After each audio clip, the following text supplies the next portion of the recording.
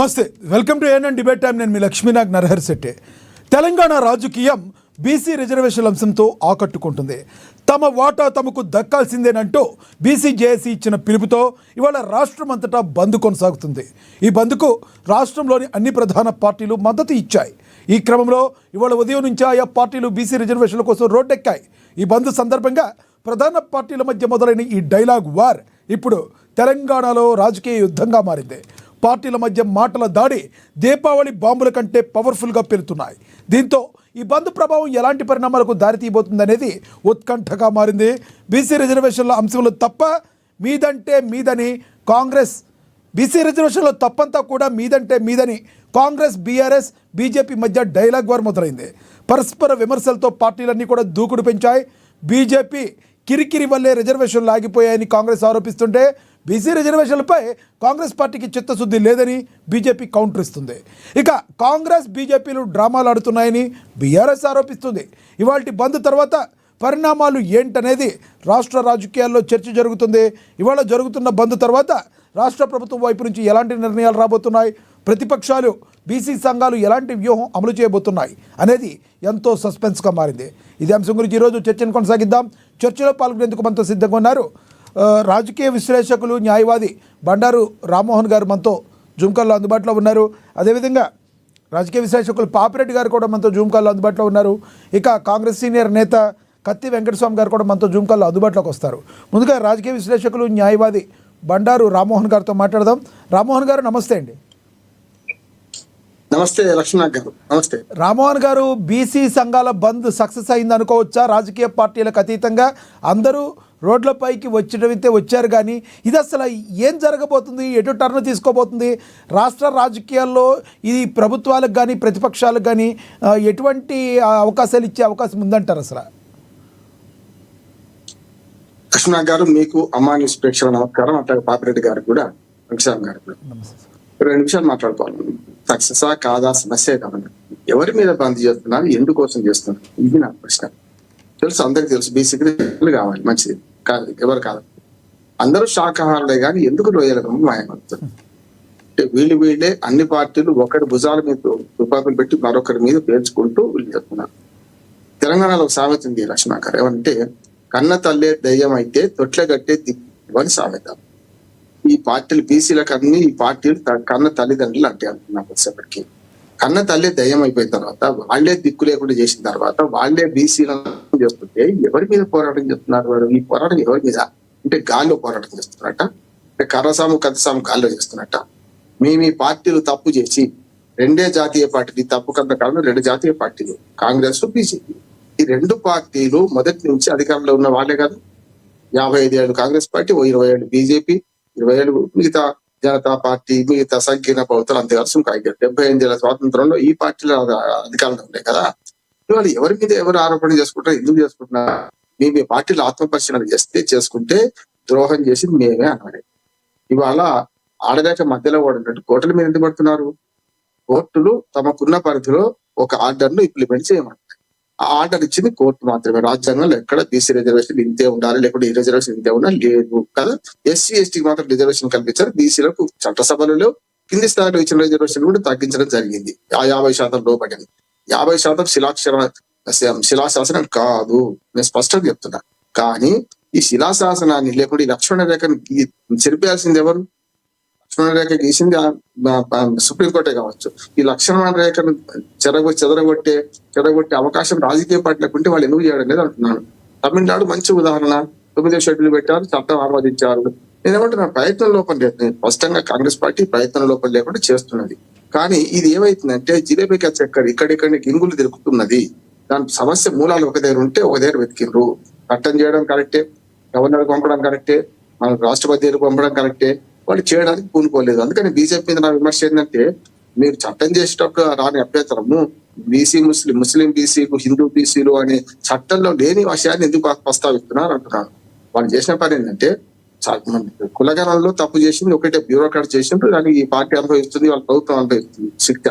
Bureaucrat చేసిన పని ఏంటంటే, బీసీలలో 2 వర్గాలు చేసేది లేకుంటే బీసీలు తూదేకలు అందరూ కూడా ముస్లిం బీసీలు కానీ హిందూ బీసీలు కానీ బీసీలు లెక్కగా వస్తారు, అనుభవిస్తున్నారు కూడా ఈ రిజర్వేషన్ దేశవ్యాప్తంగా. దాన్ని విడిచిపెట్టి లెక్కలు చేసినప్పుడు తప్పు చేసి దాన్ని బహిర్గతం చేసి ఇవాళ ఏం చేశారంటే చివరికి మొత్తం మీద ముందు చూస్తే నుంచి వెనక చూస్తే పోయి తయారైంది. ఎందుకు అది రెండు జాతీయ పార్టీలు కావడం అంటే 2 లక్షలు అంటే ఇక్కడ రెండు జరుగుతున్నాయి. ఈ 75 స్వాతంత్రంలో 92లో కదా ఇది వచ్చింది, ఇందిరా సహాని కేసు వర్సెస్ మన కేంద్ర ప్రభుత్వం. అంతకుముందు అయితే 50% సీలింగ్ లేదు కదా, పెట్టిండు. 92లో పరిష్కారం కూడా దొరికింది కదా, దీన్ని చట్టం చేసి పార్లమెంట్ ద్వారా అసలు మనకు 9 షెడ్యూల్ పెడితే అయిపోయింది. కోర్టు పరిధిలో కోర్టు న్యాయ సమీక్ష రాకుండా చేస్తున్నాం కదా. ఆ పని కాంగ్రెస్ పార్టీ అంతా చేసింది. 92 96 దాకా మైనార్టీ ప్రభుత్వం, శ్రీనివాసరావు మైనార్టీ ప్రభుత్వం నడిపినాం వచ్చేప్పటికి ఆయన సాహసం చేసింది కదా. ఆ తర్వాత 96 నుంచి 2001 దాకా ఎవరున్నారు అధికారం, 2004 దాకా మధ్యన ఎవరున్నారు, వాజ్పేయి గారు ఉన్నారు కదా అధికారంలో. అయితే మన అధికారంలో సంకీర్ణ ప్రభుత్వాలు అమలు వచ్చినాయి అనుకుందాం. 2004 నుంచి 14 దాకా మన్మోహన్ సింగ్ గారి ప్రభుత్వాలు ఉన్నారు కదా, కాంగ్రెస్ పార్టీ కదా. మరి 14 నుంచి 11 ఏళ్ళుగా బీజేపీ ఉంది కదా. ఈ 21 ఏళ్ళ నుంచి 2004 కన్నా ముందు 33 ఏళ్లుగా ఈ ప్రభుత్వాన్ని ఏం చేసినాయి? 2 కాంగ్రెస్ బీజేపీ కదా. ఈ పాపానికి శిక్ష అనుభవించాల్సింది. ఇప్పుడు ఆ 2 పార్టీలు ఒకరి మీద ఆరోపణ చేసుకుంటూ బట్టి విక్రమార్క గారు ఏమంటారు, మా వ్యతిరేకత అంతా బీజేపీ మీదనే, మొత్తం బంద్ అంతా బీజేపీ వ్యతిరేకంగా జరుగుతుంది, అందుకని మేము మద్దతు ఇస్తామంటారు. ఇక్కడ అధికార పార్టీ, కేంద్రంలో అధికార పార్టీ ఏముంటుంది, ఈ పాపం అంతా కాంగ్రెస్ దే, అలాగే హామీ ఇచ్చారు, 42% ఇవ్వలేకపోతున్నారు, ఎట్లా చేస్తారో చూస్తామని వాళ్ళు అంటున్నారు. సరే, ఇద్దరి మధ్యన బీఆర్ఎస్ లాంటి ప్రాంతీయ పార్టీ ఏమంటుందంటే, హామీ ఇచ్చింది మీరు, అమలు మాదా, మీరు ఎట్లా చేస్తారో చూద్దాం, మేము కూడా మా బిల్లు పాస్ చేయడానికి హామీ ఇచ్చిన 38 మంది ఎమ్మెల్యేల మద్దతు చేసిండ్రు, మీ ఆట మీరు ఆడండి చూద్దాం అని వాళ్ళు అంటున్నారు. ఈ 3 పార్టీల మధ్యన 3 ముక్కల ఆటలో అసలు బలవుతుంది బీసీలు మాత్రమే. బీసీలు తెలుసుకోవాల్సింది ఏంటంటే, కుటుంబం అంటే పండుగ అనుకోకుండా. నిన్నటి దాకా రేవంత్ రెడ్డి అద్భుతమైన మనిషి అని కీర్తించిన కృష్ణయ్య గారు ఇప్పుడు ఏమంటున్నారు, దుర్మార్గుడు, మాకు రిజర్వేషన్లలో సమస్య చేయలేకపోయినా అది ఎందుకు ఇచ్చిన హామీ, ప్రభుత్వం చేసిన తప్పు వల్ల జరిగింది. నిన్నే కాక మనం మాట్లాడింది కదా మన చాలాలోనే.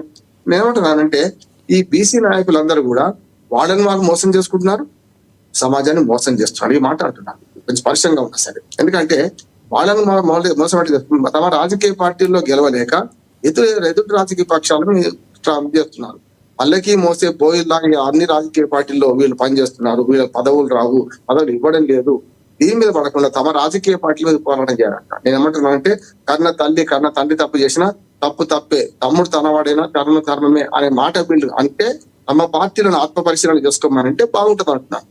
ఇదే రేవంత్ రెడ్డి గారు రెడ్డి సంఘం మీటింగ్ ఏం మాట్లాడిండు, రెడ్లందరూ ఒకటి కావాలి, 5 ఎకరాలు 10 ఎకరాలుగా 10 ఎకరాలు 20 ఎకరాలు తప్పాలి, రాజ్యాధికారం మనదే అని ముఖ్యమంత్రి స్థాయిలో ఒక కుల మీటింగ్ లో పోయి తన రెడ్డి సామాజిక వర్గం మాట్లాడుతుంటే ఈ న్యాయం ఎట్లా జరుగుతుంది అంటున్నాను నేను. ఇదే రామచంద్రరావు గారు కానీ, లేకుంటే మన కాంగ్రెస్ మన కేటీఆర్ గారు కానీ ఇప్పుడు అందరూ మాట్లాడే మాటలు వాళ్ళ కులాలను వాళ్ళు డెవలప్ చేసుకునే 3 కులాలు 3 పార్టీలు. కులాలు రామ్మోహన్ గారు, ఇప్పుడు ప్రతి సంవత్సరం కూడా సంవత్సరాలు గడిచే కొద్దీ కూడా జనాల్లో కొంత అవగాహన వస్తున్నమాట వాస్తవం. చాలామంది అడుగుతున్నారు, ఎప్పటి నుంచి ఉన్న డిమాండ్ రాజ్యాంగ సవరణ అనేది ఎప్పుడైనా చేసుకోవచ్చు, కానీ ఎందుకు ఈ కులాల వారీగా బీసీ ఎస్సీ ఎస్టీ ఇలా కాకుండా పూర్ మధ్యతరగతి రిచ్ 3గా డివైడ్ చేసి మరి జనాల్ని ఈ రకంగా ఎవరికి ఆ 3 పద్ధతుల ద్వారా మరి ప్రభుత్వం ఆదుకుంటే అసలు భారతదేశం బాగుపడుతుంది అనే వాదన కూడా వినబడుతుంది. దీనిలో వాస్తవం ఉందంటారా? చాలా వాస్తవం ఉంది. ఇప్పుడు అట్లా మాట్లాడితే ఏమైందంటే అందరూ కోపాలు వస్తాయి వీళ్ళందరికీ. నేను అప్పుడే చెప్తున్నాను, అంటే ఫలానా అగ్రవర్ణం అని. ఇప్పుడు అసలు వ్యక్తిగతంగా కూడా ఫలానా రామ్మోహన్ రావు ఏ కులం అని తెలుసుకొని కూడా మనం మాట్లాడే వాళ్ళని దాన్ని ఏం చేయలేము మనం. కానీ మీరు అన్నది కరెక్ట్. వాళ్ళ ఆర్థికంగా 2 వర్గాలు, ఉన్నవాడు లేనవాడు కదా, 3వ వర్గం కూడా అంటున్నాడు. ఇప్పుడు త్రిశంకు వర్గంలో ఉన్న బీసీలు ఉన్న అటు కాకుండా ఇటు కాకుంటున్నారు. పేదల్లో అగ్రవర్ణాల్లో పేదలు ఉన్నారు, పేద వర్గాల్లో కూడా ధనవంతులు ఉన్నారు. ఇవాళ 10-12 ఎకరాలు ఉన్న కొన్ని ఎస్టీ కాస్ట్లలో, కొన్ని కులాలు ఉపకులాల్లో 10-12 ఎకరాల భూమి ఉంటది, వాళ్ళు ఎస్టీ కిందకి వస్తున్నారు. అదే ఎస్టీలు లంబాడీలు మహారాష్ట్రలో బీసీలు, తెలంగాణకు వచ్చే వరకల్లా ఉమ్మడి ఆంధ్రప్రదేశ్ లో వాళ్ళు ఎస్టీలు. ఇట్లా చాలా తేడాలు ఉన్నాయి కదా. మన దగ్గర మనకు మున్నూరు కాపులు, మన దగ్గర బీసీలు, ఆంధ్రలోకి వచ్చే వరకు కాపులేమో ఓసీలు చూస్తున్నాం కదా మనం, మీకు తెలుసు. అట్లానే పక్కన బలిజలేమో ఇక్కడ బీసీలు, అక్కడ కర్ణాటక ఆంధ్రలో కూడా 2 రకాలు ఉన్నాయి కదా రామ్మోహన్ గారు. కృష్ణా జిల్లా నుంచి కొంతవరకు అయితే ఉన్నాయి, తూర్పు సైడ్ నుంచి ఉన్న వాళ్ళందరూ బీసీల్లో ఉన్నారు. అవును, అందుకని ఏమంటున్నాను సార్, ఇప్పుడు తూర్పు కాపులు లేకపోతే మనకు కొప్పుల వేల అందరూ కూడా బీసీల కొంతకు వస్తున్నాం చూస్తున్నాం కదా మనం అక్కడ. అందుకనే ఇవన్నీ ఏమవుతుందంటే దేశవ్యాప్తంగా ఒకే తీరు లేవు, కనుక నేనేమంటున్నాను, ఉన్నవాడు లేనివాడు పెట్టనే రెండే. ఇంకో మధ్య తరగతి తిశంకు సరుకన్నా ఉంటాం, మనలాంటి వాళ్ళందరూ తిశంకు సరుకన్నా ఉంటాం. అటు ఉన్న వాళ్ళ కిందకి లెక్క రాదు, ఇటు లేని వాళ్ళ కిందకి లెక్క రాదు. కనుక ఈ ఉన్నా లేని వర్గం చూసుకుంటే దొంగ సర్టిఫికెట్ తీసుకొని ఈ ఎకనామికల్ బ్యాక్వర్డ్నెస్ కంటే మీరు సామాజిక వెనుకబాటుతారని రాజ్యాంగం తీసుకున్నది. అందుకని ఎస్సీ ఎస్టీలకు ఎందుకు ఇచ్చారు?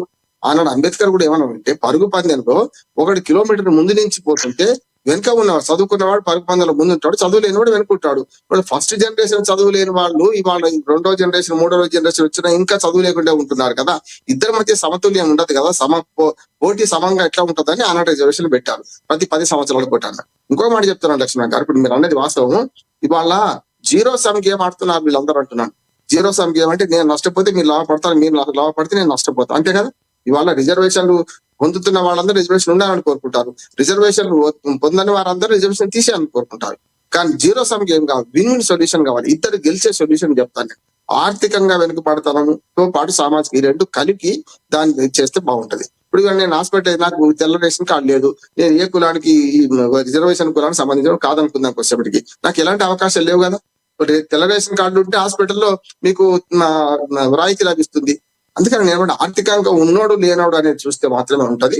ఈ ఆట అంతా కూడా రాజకీయ పార్టీలు ఆడుతున్న నాటకం. అన్ని రాజకీయ పార్టీలు అంటే కాంగ్రెస్ అంటే ఇవాళ కాంగ్రెస్ ఒక మంచి పని చేసిందంటే ఇప్పుడు ఈ స్థితిని అంటే బీసీల హక్కుల పోరాటం కోసం ఉద్యమించే పరిస్థితి అందరినీ సంఘటితం చేసింది. ఆ పని అంటున్నాను. తప్పో ఒప్పో రిజర్వేషన్ ఇస్తారా ఇవ్వరా తర్వాత సంగతి.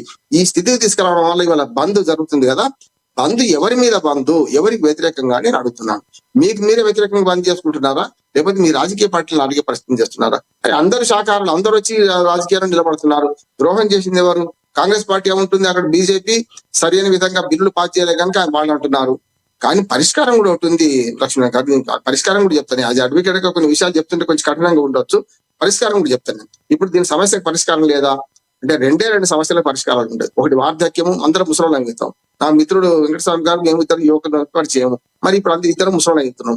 అట్లానే అతనికి చిన్న వయసు వార్ది, అట్లానే చావు, ఈ రెండు కూడా తప్పించడం. చావు తప్పించడం, వార్ధక్యం తప్పించడం. కానీ మానవ నిర్మిత సమస్యలకు మనమే పరిష్కారం చేయొచ్చు. ఏ పరిష్కారం చేయొచ్చు చెప్తాను.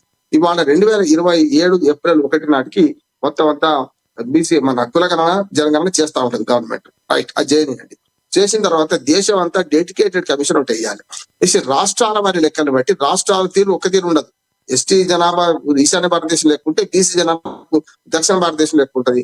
ఉత్తరప్రదేశ్ లాంటి చోట బ్రాహ్మణులు 18% దాకా బ్రాహ్మణులు ఉన్నారు. అంటే ఒక్కొక్క రాష్ట్రం ఒక్కో తీరు కనుక రాష్ట్రంలో కూడా జిల్లాల వారి తీయాలి. అప్పుడు డెడికేటెడ్ కమిషన్ ద్వారా మన తెలంగాణ రాష్ట్రానికి వస్తే 33 జిల్లాలు 33 రకాల పరిస్థితులు ఉన్నాయి. ఏ జిల్లాకు ఆ జిల్లా యూనిట్ తీసుకొని రిజర్వేషన్లు పెంచడానికి వీలవుతుంది. కొన్ని చోట్ల 30 రావచ్చు, కొన్ని 40 కావచ్చు, 50 రావచ్చు, 50 కూడా రావచ్చు. పరిస్థితులు బట్టి రిజర్వేషన్ ఇవ్వడానికి వీలుంటది. అంటే పార్లమెంట్ చట్టం కావాలి, అది 9వ షెడ్యూల్ చేర్చాలి. అప్పుడు మాత్రమే దేశవ్యాప్తంగా రిజర్వేషన్. ఒక ఏ రాష్ట్రానికి పరిమితం చేస్తే అయ్యే పని కాదు. ఇప్పటికి 8 రాష్ట్రాలు ప్రయత్నం చేసినాయి. 8 రాష్ట్రాలలో భంగపడ్డాం. మాట్లాడితే కోర్టు ఆర్డర్ శిలాశాసనం కాదని నేను కూడా అంటున్నాను కదా. ఎప్పుడైతే చట్టం చేసే అవకాశం మీకున్నది, సుప్రీంకోర్టు 1కి 10 సార్లు అన్నది గారు, చట్టం చేసే అధికారం ఉంది, మేము చేయము. రాజ్యాంగంలో ఏం రాసిందంటే చట్టసభలు చట్టాలు చేయాలి. మేమేమో న్యాయ సమీక్షకు లోన్ అవుతుందా కాదా, న్యాయ సమీక్షలో నెగ్గుతుందా లేక అంతవరకు మేము చూస్తాం. చట్టాలు ఫలానా చట్టం చేయమని మేము ఆదేశించలేము, ఫలానా చట్టం వద్దని మేము శాసించలేము. మీరు చేసిన చట్టం రాజ్యాంగ పరిధిలో ఉందా లేదా. రామ్మోహన్ గారు మరి కాసేపట్లో మీ దగ్గరికి వస్తాను. మనతోటి శ్రీనివాస్ గౌడ్ గారు ఒకసారి ఫోన్ ద్వారా అందుబాటులో ఉన్నారు, బీసీ సంఘ అధ్యక్షులు. ఆయనతో మాట్లాడదాం. శ్రీనివాస్ గారు నమస్తే సార్. నమస్తే బ్రదర్. శ్రీనివాస్ గారు, బీసీ సంఘాల యొక్క ప్రధానమైన డిమాండ్ ఏంటి? ఈ రోజు బంద్ జరిగిన తీరును ఏ రకంగా చూడాలంటారు? ప్రధానమైనటువంటి డిమాండ్లు మీకు తెలిసిన విషయమే. మేము 4 దశాబ్దాలుగా పోరాటం చేసినాం. కులగణన జరగాలి. కులగణన దామాష ప్రకారం బీసీలకు ఇతర సామాజిక వర్గాలు రిజర్వేషన్ పెంచినట్టు బీసీలకు కూడా రిజర్వేషన్ పెంచాలని చెప్పి మేము పోరాటం చేస్తే కాంగ్రెస్ పార్టీ అధికారంలో రాకముందుకు కామారెడ్డి డిక్లరేషన్ చేసింది. ఆ కామారెడ్డి డిక్లరేషన్ చేసిన తర్వాత కాంగ్రెస్ పార్టీ అధికారంలోకి వచ్చింది. ఆ తర్వాత కామారెడ్డి డిక్లరేషన్ అమలు చేయాలని చెప్పి మేము పోరాటం చేసినాం. ఆ తర్వాత గవర్నమెంట్ మీకు తెలిసిన విషయమే కులగణన చేసింది. సామాజిక ఆర్థిక కుటుంబ సర్వే కులగణన సర్వే చేసింది. దాని ప్రకారం బీసీలు 56.36% ఉన్నదని తెలంగాణ రాష్ట్రంలో తేల్చింది. అందులో బీసీలు 42% విద్యా ఉద్యోగ రాజకీయ రంగంలో వెనుకబడతనం ఉన్నారు. కాబట్టి ఈ వెనుకబడతనం ఆధారంగా రిజర్వేషన్లు ఇవాళ ఇవ్వాలి అని చెప్పి ఇవాళ అసెంబ్లీలో బిల్లు పెట్టారు, రాష్ట్రపతికి పంపించారు. ఆ తర్వాత చట్టం చేశారు, గవర్నర్కి పంపించారు. ఈ చట్టం గవర్నర్ దగ్గర పోయింది, మళ్ళీ ఆమోదమై రాలేదు. రాష్ట్రపతి దగ్గర పోయింది, 6 నెలలు అక్కడనే మూలిగింది తప్ప ఇంతవరకు ఆ బిల్లులు కానీ చట్టం కానీ ఆమోదం పొందలే. దీంతో ఇలా రాష్ట్ర ప్రభుత్వం తమ విచక్షణ అధికారాలు ఉపయోగించి రిజర్వేషన్ 42% పెంచుతూ జీవో నెంబర్ 9 విడుదల చేసింది. ఆ జీవో నెంబర్ 9 మీద రెడ్డి జాగృతికి సంబంధించినటువంటి కొంతమంది సోదరులు ఇలా హైకోర్టుకు పోవడం జరిగింది. హైకోర్టులో మా వాదన వినకుండానే ఏకపక్షంగా హైకోర్టు స్టే విధించడం జరిగింది. స్టే మీద సుప్రీంకోర్టుకు ఇలా రాష్ట్ర ప్రభుత్వం పోయింది. రాష్ట్ర ప్రభుత్వం పోయినా సుప్రీంకోర్టు కూడా మళ్ళీ హైకోర్టునే తెలుసుకోవాలి, దేశంలో 50% సామాజిక రిజర్వేషన్ దాటడానికి వీల్లేదు.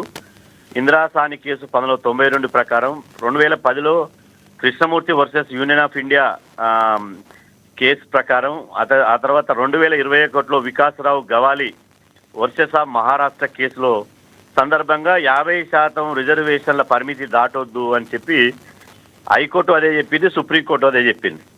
కానీ ఇక్కడ అసలు విషయం ఏంటంటే 1931లో అప్పుడు బ్రిటిష్ వాళ్ళు జరిపిన గణాంకాల ఆధారంగా మాత్రమే 50% రిజర్వేషన్ ఫిక్స్ చేశారు. ఈ 50% దాటొద్దని అంబేద్కర్ గారు రాసినటువంటి రాజ్యాంగంలో పొందుపరచలేదు. అదేవిధంగా పార్లమెంట్లో కూడా చట్టం చేయలేదు. కోర్టులే ఇలా ఇందిరాసాని కేసు సందర్భంగా 50% రిజర్వేషన్ దాటొద్దని ఒక లక్ష్మణరేఖ గీసింది. అది ఎప్పుడు కులగణన జరగముందుకు గీసినటువంటి గీత. అది కులగణన జరిగింది, ఎంపారికల్ డేటా వచ్చింది, బీసీల రాజకీయ సామాజిక విద్యా ఉద్యోగ వెనుకబాటుతనం ఇంత ఉంది అని చెప్పి తేల్చినాక అదేవిధంగా అసెంబ్లీలో చట్టం చేసిన తర్వాత ఇవాళ కోర్టులు అదే 1992లో ఇచ్చినటువంటి జడ్జిమెంట్లను ఆధారంగా చేసుకుని ఇలా అన్యాయంగా ఏకపక్షంగా బీసీ రిజర్వేషన్లు అమలు కాకుండా మా నోటికాడి ముద్దను గుంజేసిరు. బీసీలు తినే కంచంలో మన్ను పోసినట్టు ఇవాళ బీసీలకు రావాల్సినటువంటి వాటను అడ్డుకున్నారు. కాబట్టే ఇవాళ అంతిమంగా ఇవాళ మేము ఎంత నిరసన తెలిపినా, మేము ఎంత ప్రయత్నం చేసినా మా వాదన వినలేకపోయారు. కాబట్టి ఇవాళ ప్రజాక్షేత్రంలోనే తేల్చుకోవాలి, ప్రజలే న్యాయ నిర్ణేతలు అని చెప్పి ఈరోజు బీసీ జేఏసీ నుంచి బంద్ పిలిపించడం జరిగింది. మీరు చూసారు, బంద్ ఈరోజు ఉదయం 4 గంటల నుంచే తెల్లవారుజామున 4 గంటల నుండే బంద్ బస్ డిపోల వద్ద మా వాళ్ళు బైఠాయించారు. రోడ్ల మీద ఎక్కడ కూడా రవాణా వ్యవస్థ స్తంభించిపోయింది. ప్రభుత్వ ప్రైవేట్ విద్యా సంస్థలు సెలవులు ప్రకటించారు. ఆ తర్వాత వ్యాపార వాణిజ్య సంస్థలు కూడా సెలవులు ప్రకటించిన, ఎవరు తెరవలేదు.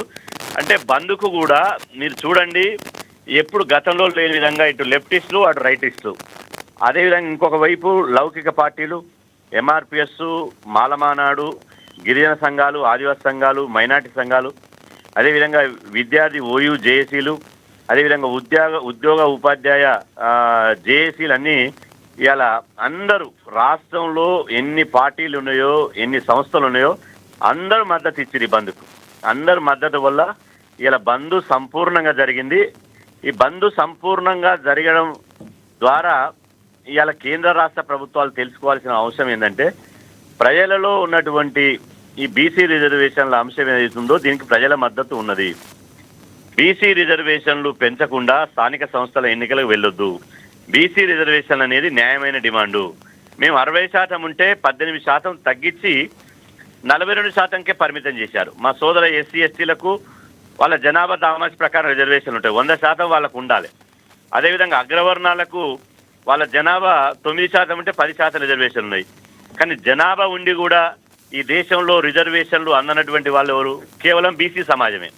కాబట్టి బీసీ సమాజానికి ఇంత అన్యాయం జరుగుతుంటే మేము చూస్తూ ఊరుకోలేము కదా. కాబట్టి ఇవాళ బంద్ ద్వారా మాలో ఉన్నటువంటి నిరసనను, బీసీలలో ఉన్నటువంటి ఆవేశాన్ని, ఆవేదనను ఇలా బంద్ రూపంలో చూపించడం జరిగింది. ఈ బంద్ చూసైనా పాలకులు కనువిప్పు కాగలగాలి. ఇది శ్రీనివాస్ గౌడ్ గారు, ఇది ఇప్పుడు మీరు చేసేది అసలు నిజంగా వర్కౌట్ అవుద్దంటారా? రాజకీయ పార్టీలు తమ స్వలాభాల కోసం దీన్ని బయటికి తీసుకొచ్చాయంటారా? ఇప్పుడు రాజకీయ పార్టీలు స్వలాభం కోసం తీసుకురాలే. ఇప్పుడు రాజకీయ పార్టీలు ఎప్పుడు స్వలాభం కోసం తీసుకొస్తాయి? రాజకీయ పార్టీలు తాము ఒక ఒక ఒక సామాజిక వర్గాన్ని నెత్తినెక్కించుకుంటే స్వలాభం కోసం ఆలోచిస్తాయి. కానీ బీసీలు దశాబ్దాలుగా పోరాటం చేస్తారు. ఈ దేశంలో అన్ని వర్గాలకు జనాభా ప్రకారం రిజర్వేషన్ నుండి బీసీలకు ఎందుకు ఉండవు? ఈ బీసీలు దేశ పౌరులు కాదా? సమాజానికి సేవ చేయలేదా? మరి అగ్రవర్ణాలకు 50% రిజర్వేషన్లు పెట్టినప్పుడు లేని 60% సీలింగ్, 50% సీలింగు, అది అగ్రవర్ణాలకు ఈడబ్ల్యూఎస్ పేరుతో 10% పెడితే 60% అయింది. అప్పుడు లేని అభ్యంతరాలు బీసీ రిజర్వేషన్లు పెంచినప్పుడే ఎందుకు 50% సీలింగ్ దాటొద్దంటాయి? అంటే కోర్టులలో కూడా బీసీలకు న్యాయం జరగదని తెలిసిపోయింది. ఇలా పార్లమెంట్లో రాజ్యాంగ సవరణ జరిగి 9th షెడ్యూల్లో పెడితే తప్ప బీసీ రిజర్వేషన్లకు మోక్షం లభించదు. కాబట్టి ఇలా ఎన్నో పోరాటాల తర్వాత రాజకీయ పార్టీలు గుర్తిస్తాయి. రాత్రి రాజకీయ పార్టీలు ఏమున్నాయి, ఏం సంగతిని ఆలోచన చేయి. ఒక సమస్య మీద, ఒక డిమాండ్ మీద ఏళ్ల తరబడి ఒక సామాజిక వర్గం కొట్లాడుతుందంటే దాని మీద అధ్యయనం చేసి అది వాస్తవా లేదా కాదా, దీని మీద ఎంత వర్కౌట్ అవుతుంది, దీనివల్ల నిజంగా పేదలకు న్యాయం జరుగుతుందా, నిజంగా ఈ సమాజానికి ఉపయోగపడుతుందని ఆలోచించి రాజకీయ పార్టీలు మేనిఫెస్టో పెట్టి అమలు చేయడానికి ప్రయత్నం చేస్తాయి. బీసీ సంఘ నాయకులందరూ ఏకతాటిపై ఉన్నారా? రిజర్వేషన్లు పెట్టేటప్పుడు మరి రాజకీయ పార్టీలు స్వలాభం కోసమే పెట్టినాయా? అగ్రవర్ణాల కోసం పెట్టినప్పుడేమో సమాజహితం కోసం రిజర్వేషన్లు పెడతారు, బీసీ రిజర్వేషన్లు పెట్టినప్పుడు మాత్రం స్వలాభం కోసం పెడతారా? కాబట్టి ఇది రిజర్వేషన్ వ్యతిరేకులు చేసే ప్రచారం తప్ప ఇలా వాస్తవం లేదు. కాబట్టి మా వాటా మాకు కావాలి. బీసీ సంఘ నాయకులు ఎవరైతే ఉన్నారో, బీసీ సంఘ నాయకులు ఎవరైతే ఉన్నారో, ఆర్ కృష్ణయ్య గారు కావచ్చు, మరికొంతమంది కావచ్చు, అందరూ ఏకతాటిపై ఈ విషయంలో ఉన్నారా? ఒక్కొక్కళ్ళు ఒక రాజకీయ పార్టీకి అవకాశం ఇచ్చినట్లుగా మాట్లాడుతున్నారు అనుకోవాలా? ఎలా చూడాలంటారు దీన్ని అసలు? ఇప్పుడు పార్టీలు ఏమైనా కావచ్చు, సమస్య ఏదనేదే ముఖ్యం. అతను ఏ పార్టీలైనా ఉండొచ్చు, మనకు సంబంధం లేదు. కానీ బీసీ రిజర్వేషన్ల ఇష్యూ మీద కలిసి ఫైట్ చేస్తుందా లేదనేది ఇక్కడ ప్రధాన సమస్య. కాబట్టి బీసీ రిజర్వేషన్ల మీద ఇవాళ న్యాయం కోసం పోరాడతామంటే నువ్వు పలానా పార్టీలు ఉండవు, నువ్వు పోరాడొద్దు, నువ్వు ఉండొద్దని మనం అంటామా? అనలేము కదా. కాబట్టి ఈ అన్నిటి మీద మేము అధ్యయనం చేసిన తర్వాతనే బీసీలకే అన్యాయం జరిగినప్పుడు, బీసీలకు మొత్తంగా అన్యాయం జరిగినప్పుడు, బీసీ సమాజమే ప్రమాదంలో పడినప్పుడు ఆ జాతి పేరు చెప్పుకున్నటువంటి సంఘాలు ప్రత్యక్షంగా పోరాటానికి దిగక తప్పదు. అందుకోసమే మేము ఇవాళ ప్రత్యక్షంగా ఇలా బీసీ సంఘాలు ఒక్కటై ఇవాళ జేఏసీని ఏర్పాటు చేసుకుని ఈ బంద్ పిలుపునిచ్చి చివరిగా ఒకటి చెప్పండి శ్రీనివాస్ గారు, బీసీ సంఘాలన్నీ కూడా ఐక్యతతో ఉన్నాయా? ఎందుకంటే ఇప్పుడు మున్నూరు కాపు ఇష్యూ కూడా నడుస్తుంది. మున్నూరు కాపుల్ని బీసీ నుంచి తొలగించాలని మాట్లాడితే వాళ్ళు ధర్నా చేస్తున్నా ఉంటున్నారు. మీ బీసీ సంఘాలన్నీ కూడా మున్నూరు కాపుల్ని బీసీగానే గుర్తిస్తుందా, లేదంటే వాళ్ళని సపరేట్ వెళ్ళాలని కోరుకుంటున్నారా? అసలు బీసీ సంఘాల్లో ఐక్యత ఉందా? శాతం మున్నూరు కాపులు బీసీ బిడ్డలే, అందులో డౌట్ ఏమి లేదు. ఇవాళ 136 కులాలు బీసీ జాబితాలు ఉన్నాయి, 136 కులాలు బీసీ బిడ్డలే. కాబట్టి ఇది పడనటువంటి గిట్టని వారు మున్నూరు కాపని కులాల పేరు చెప్పి విభజించి పాలించేటువంటి కుట్ర చేస్తారు. కాబట్టి ఖచ్చితంగా మున్నూరు కాపులైనా ఇంకోరైనా అందరు బీసీ బిడ్డలే. ఈరోజు మున్నూరు కాపులు బీసీ కాదంటారు, రేపు యాదవులు బీసీ కాదంటారు, వెళ్ళిన విశ్వబ్రాహ్మణులు బీసీ కాదంటారు, ఆ తర్వాత గౌళ్ళు బీసీ కాదంటారు, గొల్ల కుర్మలు బీసీ కాదంటారు. అట్లా దానికి ఒక పారామీటర్ ఉంది. ఇవాళ మీరు నేనంటే కాదు, ఒక కులాన్ని ఒక జాబితాలో చేర్చాలంటే దానికి ఒక పారామీటర్ ఉంటుంది. ఆ పారామీటర్లో ఫిట్ అయితేనే ఆ జాబితాలో చేరుస్తారు. కాబట్టి మున్నూరు కాపులు ఫిట్ అయ్యారు కాబట్టే బీసీ జాబితాలో చేర్చారు.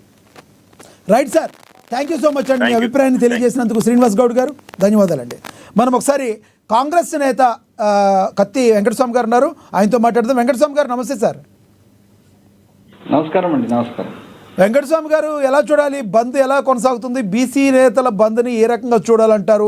అనేక రాజకీయ కోణాల మధ్య, రానున్న సంస్థాగత ఎన్నికల మధ్య, రిజర్వేషన్ల మధ్య ఇది రానున్న రోజుల్లో ఎటు టర్న్ తీసుకోబోతుందంటే ఏం చెప్తారు మీరు? ముందుగా ఈ బంద్కు సమర్థన చెప్పినటువంటి అన్ని వర్గాలు, వ్యాపార వర్గాలు, ఉద్యోగ వర్గాలు, తర్వాత బీసీ వర్గాలు, లేకపోతే ఎస్సీ వర్గాలు, ఎస్టీ వర్గాలు, అన్ని వర్గాలు ఈ బంద్కు సమ్మతి తెలిపినందుకు నేను కాంగ్రెస్ పార్టీ పక్షాన, నా వ్యక్తిగతంగా ఒక బీసీ బిడ్డగా వాళ్ళందరికీ కూడా ధన్యవాదాలు చెప్తున్నాను. సో ఇక్కడ మనకు ఈ బంద్ ఏదైతే ఉందో గతంలో జరిగినటువంటి అనేక బంద్లు, అటు తెలంగాణ ఉద్యమంలో కూడా మేము బంద్లు చేసినాం, లేదా కొన్ని సమస్యల మీద బంద్లు జరిగినాయి, కొన్ని కులాలకో కొన్ని మతాలకో ఇట్లా చాలా బంద్లు జరిగినాయి. కానీ దేశ చరిత్రలో ఈ బంద్ మాత్రము ఒక పాజిటివ్ యాంగిల్లో ఉన్నటువంటి బంద్. వాళ్ళ పార్టీల ఎజెండాలు ఏమున్నప్పటికీ పార్టీలన్నీ కూడా ఏకకంఠంతో ఇవాళ బీసీ రిజర్వేషన్ ఎనాన్స్మెంట్ను సమర్థిస్తున్నాయి. అలాగే ఉద్యోగ సంఘాలు, ఉపాధ్యాయ సంఘాలు, లేకపోతే ఇతరత్ర సంఘాలన్నీ కూడా దీనికి సమర్థన తెలియజేస్తున్నాయి. సో మంచి ఆ కన్సెన్సీ అలా పార్టీలను అదే రకంగా కోర్టుల కన్వెన్స్ చేసేసింది. సో ఇది మంచి పరిణామంగా నేను భావిస్తున్నాను. ఇది ఒక పాజిటివ్ బంద్గానే ఎవరి మీద ఎవరితో వ్యతిరేకత కాకుండా ఒక సమస్య, ఒక డిమాండు, దానికి తెలంగాణలో ఉన్నటువంటి అన్ని వర్గాల సమ్మతి ఇవాళ ఈ బంద్ రూపంలో, ఈ నిరసన రూపంలో, బంద్ రూపంలో వచ్చింది. ఈవెన్ ప్రభుత్వం ఉన్న కాంగ్రెస్ పార్టీ కూడా దీంట్లో పాల్గొనడం, రెండు అధికారంలో ఉన్న పార్టీలు, రెండు జాతీయ పార్టీలు, అది కేంద్రంలో వాళ్ళు ఉన్నారు, రాష్ట్రంలో మేమున్నాం. ఈ రెండు పార్టీలతో పాటు మిగతా ప్రతిపాదనలన్నీ కూడా అన్ని పక్షాలు ఇచ్చినాయి. కాబట్టి దీన్ని చాలా పాజిటివ్గా, చాలా ప్రశాంతంగా, ఏ విధమైనటువంటి అవాంఛనీయ సంఘటనలు చేయకుండా ఇప్పటివరకు జరిగినటువంటి బంద్ విషయంలో మనం అందరం కూడా సంతోషపడాల్సిన అవసరం లేదు. సంతోషపడాల్సిన అవసరం ఉంది. ఏ విధమైన శిష్యభిషలకు పోకుండా, ఏ విధమైనటువంటి విమర్శలు, దాడులు ఇట్లాంటి చాలా బంధువులలో జరుగుతుంటాయి. ఇలా చాలా ప్రశాంతంగా ముక్త కంఠంతో తెలంగాణ ప్రజానీకం, తెలంగాణ ఉద్యమంలో ఏకమైనట్టుగా ఇవాళ కూడా ఏకమైనందుకు నేనైతే ఒక ఉద్యమ బిడ్డగా, ఒక బీసీ బిడ్డగా, ఒక కాంగ్రెస్ కార్యకర్తగా నేనైతే సంతోషం చేస్తున్నాను. ఇదే ప్రశాంతతతోటి, ఇదే స్ఫూర్తితోటి, ఇదే ఆదర్శంతో ఈ రిజర్వేషన్ ఎనాన్స్మెంట్ కోసము అటు చట్టపరంగా కావచ్చు, ఇటు న్యాయపరంగా కావచ్చు, రెండుగా ఈ సమస్యను పరిష్కరించడం కోసం అన్ని రాజకీయ పక్షాలు చిత్తశుద్ధితో పనిచేయాలి. మాతో సహా అందరం, మేమేం ఎగ్జామ్షన్ కాదు. మేమైతే ఒక అడుగు ముందేసినాం. సరే, మా అడుగులలో తప్పటి అడుగులు ఉన్నాయని కొందరు, లేకపోతే చిత్తశుద్ధి లేదని కొందరు అంటున్నారు. సో చిత్తశుద్ధి లేదని, లేదా తప్పటి అడుగులు ఉన్నాయని వాళ్ళే నిజంగానే చిత్తశుద్ధితో ఉన్నట్టేదంటే, వాళ్ళకే సంపూర్ణమైనటువంటి చిత్తశుద్ధి ఈ పట్ల ఉన్నట్టేదంటే దీన్ని సరిచేయచ్చు. సరిచేయడానికి అవకాశాలు అన్ని చోట్ల ఉన్నాయి. సరే, ఇప్పటిదాకా కొంత డిమాండ్ అఖిల పక్షాన్ని పిలవలేదని, ఇప్పుడు మా ముఖ్యమంత్రి గారు అఖిల పక్షాన్ని కూడా వారు కూడా సిద్ధమైనారు. సో రేపు మాపు అఖిల పక్షాన్ని కూడా మేము పిలుస్తాం. అఖిల పక్షము, స్వపక్షము, అధికార పక్షము, ప్రతిపక్షం అన్ని లేకుండా సమస్య, ఇందాక శ్రీనివాస్ గౌడ్ అన్నట్టు సమస్య అనేటువంటిదే ప్రధాన అంశము. Not the individual agendas. ఒకటే ఎజెండా, జెండాలు వేరైనా ఒకటే ఎజెండా, బీసీ రిజర్వేషన్ యొక్క ఎనాన్స్మెంట్ 50% క్యాప్ తొలగించాలని. రామ్మోహన్ రావు గారు ఈ ఫీల్డ్లో అంటే న్యాయ కోవిదులుగా ఉన్నారు.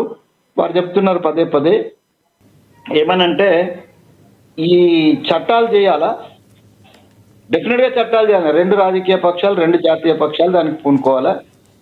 మమ్మల్ని ఎక్కువ తప్పు పడుతున్నారు వారు, ఎందుకంటే మేమే ఎక్కువ కాలం కేంద్రంలో మేము అధికారంలో ఉన్నాం. ఇవాళ ఈ రిజర్వేషన్ ఉన్నదంటే, ఈ రిజర్వేషన్ ఏ రిజర్వేషన్ ఉన్నది, ఎస్సీ ఉన్నా, ఎస్టీ ఉన్నా, రాజ్యాంగ పరంగా ఇచ్చినా, రాజ్యాంగ పరంగా ఇవ్వకపోయినా, ఏ సంక్షేమం అయినా కూడా ఇది కేవలం కాంగ్రెస్ పార్టీ ముందుకు దిగినటువంటి అంశమే.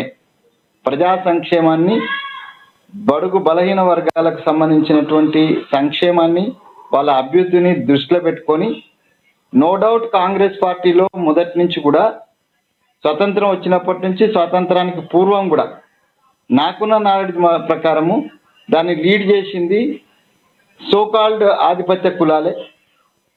అగ్ర కులాలనే పదాన్ని నేను ఉపయోగిస్తలేను కాబట్టి ఈ పదం ఉపయోగిస్తున్నాను. సో వాళ్ళు చేసినప్పటికీ వాళ్ళని కూడా కన్వెన్సీ, నెహ్రూ లాంటి వ్యక్తి ఈ హిమ్సెల్ఫ్ ఒక బ్రాహ్మణ కులానికి సంబంధించిన వాడు అయినప్పటికీ కూడా అంబేద్కర్ లాంటి ఒక మహానుభావుడు పెట్టినటువంటి అన్ని అంశాలను ఆయన పార్లమెంట్లోకి తీసుకొచ్చి చట్టాలు చేసి ఈ దేశంలో ఏ రిజర్వేషన్ వచ్చినా కూడా దానికి కారణం కాంగ్రెస్ పార్టీ. కాబట్టి ఇవాళ బీసీలకు సంబంధించినటువంటి దాంట్లో కూడా మా నేత రాహుల్ గాంధీ ఎత్తుకున్నటువంటి నినాదం, తీసుకున్నటువంటి ఉదయపూర్లో రాయ్పూర్లో మేము చేసిన తీర్మానాలకు అనుగుణంగా బీసీలకు వాటా దక్కటం లేదు, దానికి అనుగుణంగా పనిచేయాలి. మమ్మల్ని తప్పుపడుతున్న వాళ్ళకు మేము క్షమాపణ కూడా చెప్పేసాం. రాహుల్ గాంధీ గారు స్వయంగా గత సంవత్సరం జరిగినటువంటి ఒక సమావేశంలో ఓపెన్గా చెప్పినారు, నేను ఎస్సీస్ మీద బాగానే కాన్సన్ట్రేట్ చేశాను, కానీ ఓబీసీ విషయానికి వచ్చినప్పుడు నేను అంతగా ఇంత పెద్ద సమస్య ఒక్కటి వెంకటస్వామి గారు మీరు సీనియర్ ఎప్పటి నుంచో, అయితే ఇప్పుడున్న పరిస్థితుల్లో అసలు కులాల వారీగా కాకుండా ఒక్కసారి రాజ్యాంగ సవరణ చేసుకుని పేద మధ్యతరగతి ఎవరైతే డబ్బున్న వారిగా 3 రకాలుగా విభజిస్తే ఏమన్నా మిగతా వారికి ఏమన్నా లాస్ వచ్చే అవకాశం ఉందంటారా? అసలు ఈ వాదన వినబడుతుంది కదా. అంటే ఇప్పుడు రాజ్యాంగం యొక్క మౌలికమైనటువంటి స్ట్రక్చర్ను మార్చకుండా మనం ఏమన్నా చేసుకోవచ్చు. సో మౌలిక స్ట్రక్చర్లో ఎక్కడ కూడా రిజర్వేషన్ ఇంత ఇవ్వాలా అని ఎక్కడ లేదు. ఆ మౌలిక స్ట్రక్చర్లో ఉన్న దాంట్లో 2 అంశాలు, ముందుగా ఈ దేశంలో బలహీన వర్గాలుగా అంటే బ్యాక్వర్డ్ క్లాస్గా గుర్తించబడ్డటువంటి వాటిని ముందుగా కేవలము షెడ్యూల్డ్ ట్రైబ్స్ అండ్ షెడ్యూల్డ్ క్యాస్ట్నే పెట్టినారు. దాని తర్వాత వచ్చిన పరిణామ క్రమంలో అదర్ బ్యాక్వర్డ్ క్లాస్ పేరుతోటి ఇలా ఇక్కడ మన దగ్గర బీసీలు అంటున్నాం, దేశవ్యాప్తంగా ఓబీసీలు అంటున్నాం. వీళ్ళకి ఇచ్చేటువంటి రిజర్వేషన్లో ఇవాళ ఎలా నేనైతే ఆశ్చర్యపోతున్నా. ఈ పోరాటంలో ఈ లోకల్ బాడీస్కే ఇంత రచ్చ చేస్తే మా డిమాండ్లో మేము చట్టసభల్లో రిజర్వేషన్ కావాలని అడుగుతున్నాం. రామ్మోహన్ రావు గారు అది ఇంకా పెద్ద ఎంత యుద్ధం అవుతుందో చూడండి. అంటే లోకల్ బాడీస్ లో ఒకవేళ వీళ్ళు ఇవ్వకపోయినా ఇవాళ బీసీలు మోర్ దాన్ 60-70% గెలుస్తున్నారు. ఇంకా లోకల్ బాడీస్ గ్రామ పంచాయతీలు అయితే కంప్లీట్ గా ఇది పార్టీల ఎజెండాలు లేకుండా ఉంటాయి కాబట్టి మోర్ దెన్ 60-70% ఎక్కడ ఏ కులము ఏ వర్గం ఎక్కువ ఉంటే వాళ్ళు గెలిచేస్తున్నారు. ఏ మనిషి చాలా మంచివాడు అనుకుంటే ఆ కులానికి సంబంధం లేకుండా ఆ ఊరు గెలిపించుకుంటున్నది. సో ఈ స్థితిలో ఇంత స్వేచ్ఛ ఉన్నటువంటి అంటే వాళ్ళు రిజర్వేషన్ ఇవ్వకపోయినా 70 దాకా అందుకపోగలిగే శక్తి ఉన్న చోటనే ఇంత అడ్డం పడితే రేపు ఎమ్మెల్యే ఎలక్షన్స్ లో లేకపోతే ఎంపీలలో మాకు రిజర్వేషన్ కావాలంటే డెఫినెట్గా ఇది మహాభారత యుద్ధం కంటే పెద్ద యుద్ధం జరిగే అవకాశం ఉందండి. కాబట్టి మౌలికమైనటువంటి అంటే స్ట్రక్చర్కు మనం విఘాతం కలిగించకుండా ఈ దేశంలో ఈ రాజ్యాంగం ఇచ్చినటువంటి వెసులుబాటు ప్రకారం చట్టాలు చేసుకోవడం, చట్టాలను కూడా కోర్టులు, నేనైతే రామ్మోహన్ గారు నాతో ఏకీభవించకపోయినా వారు కూడా ముక్కుసూటిగా నాలాగానే మాట్లాడతారు కాబట్టి నేను వారికి కూడా ముక్కుసూటిగా చెప్తున్నా సార్, ఈ 50% అనేటువంటి క్యాప్లో కూడా కుట్ర ఉంది అంటున్నా. నేను కుట్ర లేకుండా లేదు, కుట్ర ఉంది. అక్కడ కూర్చొని సార్ నేను ఇంతెందుకు సార్, నేను ఇందాక కూడా మనం ఇద్దరం ఎక్కడో ఇంకో దాంట్లో కలిసినాం. అక్కడ శ్రీనివాస్ గారు ఏం చెప్పినారంటే నష్టపోయినోడు కోర్టుకు పోతున్నాను. నష్టపోలేదు సార్, రెడ్డి జాగృతి నష్టపోతలేదు, లేదా ఓసీ కులాలు నష్టపోతలేవు, అయినా కూడా కోర్టుకు పోయింది సార్. అంటే చెప్పాడు నీకు చేతనైతే ఇంత సాయం చెయ్యి, నువ్వు అంటే కోపం వస్తే వీపు మీద కొట్టు కానీ కడుపు మీద కొట్టకని చూడు. ఇలా బీసీల కడుపు మీద డైరెక్ట్ కొట్టడానికి దిగినటువంటి ఒక అప్రశాసమైనటువంటి అహంకారంతో ఉన్నటువంటి ఒక మూక మాత్రమే ఇలా ఈ రాజ్యాంగంకంత కారణం. నేను అప్పీల్ చేసిన, ఇదే రెడ్డి జాగృతి వాళ్ళని చేసిన, మిత్రమా మీకు ఎవ్వరికి కూడా నష్టం జరగటం లేదు, ఒకవేళ ఇది ఇయ్యలే 42% ఇయ్యలే లేదు, దీంట్లో మీకు ఏమైనా షేర్ వచ్చేది ఉంటే మీరు కొట్లాడొచ్చు. మీకు ఆల్రెడీ షేర్లో 3-4% ఎక్కువనే వచ్చింది ఓసీల పేరుతోటి. రామ్మోహన్ రావు గారు పేదవాళ్ళు లేరని నేను అంటలేను, ఒకవేళ రిజర్వేషన్ ఇచ్చినా కూడా నేను ఇంతకు ముందు కూడా మా కాంగ్రెస్ పార్టీ వేదిక మీదుగా నేను చెప్పిన, అసలు ఇది రాజ్యాంగ విరుద్ధమే అయినప్పటికీ అందులో ఉన్నటువంటి బలహీనంగా అంటే ఆర్థికంగా బలహీనంగా ఉన్న వాళ్ళకు సాయం చేయడము మానవీయ కోణంలో అది తప్పేం కాదు, చేయండి. కానీ అలా కూడా ఎంత పర్సెంటేజ్ సార్? ఆ పర్సెంటేజ్ ఇప్పుడు 10% నిజం ఉన్నదనుకుంటే కూడా 10%లో బాగా పేదలు ఉన్న వాళ్ళు ఎంత పర్సెంటేజ్ తీసి చేయాలి. కానీ అది కూడా ఇక్కడ అది ఇక్కడ గణనే జరగలే, కుల గణన జరగలేదు, ఓసీల గణన, అందులో ఆర్థికంగా వెనుకబడ్డ వాళ్ళ యొక్క గణన జరగలే. ఏకదం గమ్మత్ ఏందనంటే ఇంత దయార్థ హృదయం ఉన్నోడు ఎవడా అని అంటే మళ్ళీ మా బీసీ బిడ్డనే. అక్కడ కూర్చున్న ప్రధానమంత్రి ఎవడు? ఏం చెప్పుకొని గెలిచినాడు? 2 నేను ఓబీసీ బిడ్డనని చెప్పినాడు. కానీ ఓబీసీల బిడ్డ పోయి ఓసీలకు సేవ చేసిండు, సంతోషమే. కానీ బీసీలకు కూడా చేయాల్సి ఉండే. మన్ కీ బాత్ బాహర్ ఆనా థా, అభి తక్ నయా ఆయా మన్ కీ బాత్. నేనేమంటున్నా అంటే జాతీయ పక్షాల మీద సంపూర్ణంగా బాధ్యత ఉంది. నేను రామ్మోహన్ రావు గారితో నేను ఏకీభవిస్తున్నా. జాతీయ పార్టీ కాంగ్రెస్ బీజేపీ మీద సంపూర్ణ బాధ్యత ఉంది, చట్టం తేవాల్సిన బాధ్యత. అదే రకంగా కోర్టులు కూడా ఆలోచించుకొని, ఒక్క నిమిషం సార్, కోర్టులు కూడా ఆలోచించుకొని అనేక వర్డిక్ట్స్ ను సమీక్షించినట్టే ఈ 50% క్యాప్ మీద ఈ వచ్చినటువంటి ప్రజాగ్రహాన్ని దృష్టిలో పెట్టుకొని, ప్రజల నుంచి వచ్చినటువంటి నిరసనను దృష్టిలో పెట్టుకొని బీసీలకు న్యాయం చేయాలనే ఉద్దేశం వాళ్ళు కూడా సమీక్ష చేయాల్సిన అవసరం ఉంది. కాబట్టి భారతీయ జనతా పార్టీ ఇలా అధికారంలో ఉన్నది. మేమైతే క్లియర్, మా నేతలు క్లియర్, మా ఖర్గే గారు, మా సోనియా గాంధీ గారు, మా రాహుల్ గాంధీ గారు చాలా స్పష్టంగా చెప్తున్నారు ఎవరెంతో వాళ్ళకి వాటా అనేటువంటిది. మేము డిమాండ్ చేస్తేనే సుప్రీంకోర్టులో మేము కులగణన చెయ్యము అని అఫిడవిట్ చేసినటువంటి భారతీయ జనతా పార్టీ ఇలా కులగణన చేస్తామంటూ, కులగణన మాతోటే సాధ్యమవుతుంది, మేము మాత్రమే ఇస్తాం, 29 దాకా గుంజుతామని అంటే 29 దాకా గుంజుతామనే స్పష్టమైనటువంటి హామీ అన్న చేయండి. మరి 29లో మేము ఇది చేస్తామని చెప్పండి. 29లో నువ్వు వస్తావో నేను వస్తావో లేదా అధికారం, నువ్వు వచ్చినా నేను వచ్చినా చేద్దాం అనేది మన ఇద్దరు పార్టీలు నిర్ణయించుకుంటే అప్పుడు బీసీ ప్రజలకు న్యాయం చేసిన వాళ్ళు అవుతాం. ఒక దగ్గర కూర్చుందాం, ఇద్దరు ఒక దగ్గర కూర్చుందాం, ఇద్దరం సంజతకు వద్దాం. మీరు అధికారంకి వచ్చినా మేము అధికారంకి వచ్చినా ఇప్పుడైనా. ఇప్పుడు తెలంగాణ ఇష్యూ ఒకటి వచ్చింది సార్, తెలంగాణ నుంచి బిల్ పోయింది, ముందు దీన్ని పరిష్కారం చేయండి. తెలంగాణ పరిష్కారం దొరికింది, అట్లాగే తెలంగాణ నుంచి పరిష్కారం చేయండి. ఈ 3 ఏళ్ల తర్వాత ఎక్కడెక్కడి నుంచో వస్తాయి. ప్రతిసారి రామ్మోహన్ గారి విషయంలో నేను అబ్జెక్ట్ చేస్తున్నా, ప్రతిసారి ఈ మహారాష్ట్ర తీసుకొస్తున్నారు సార్. మహారాష్ట్రలో ఓసీలో ఉన్నటువంటి వాళ్ళను బీసీలో కలిపినందుకు కూడా వాళ్ళు అబ్జెక్షన్ చేసినారు కోర్టు వాళ్ళు.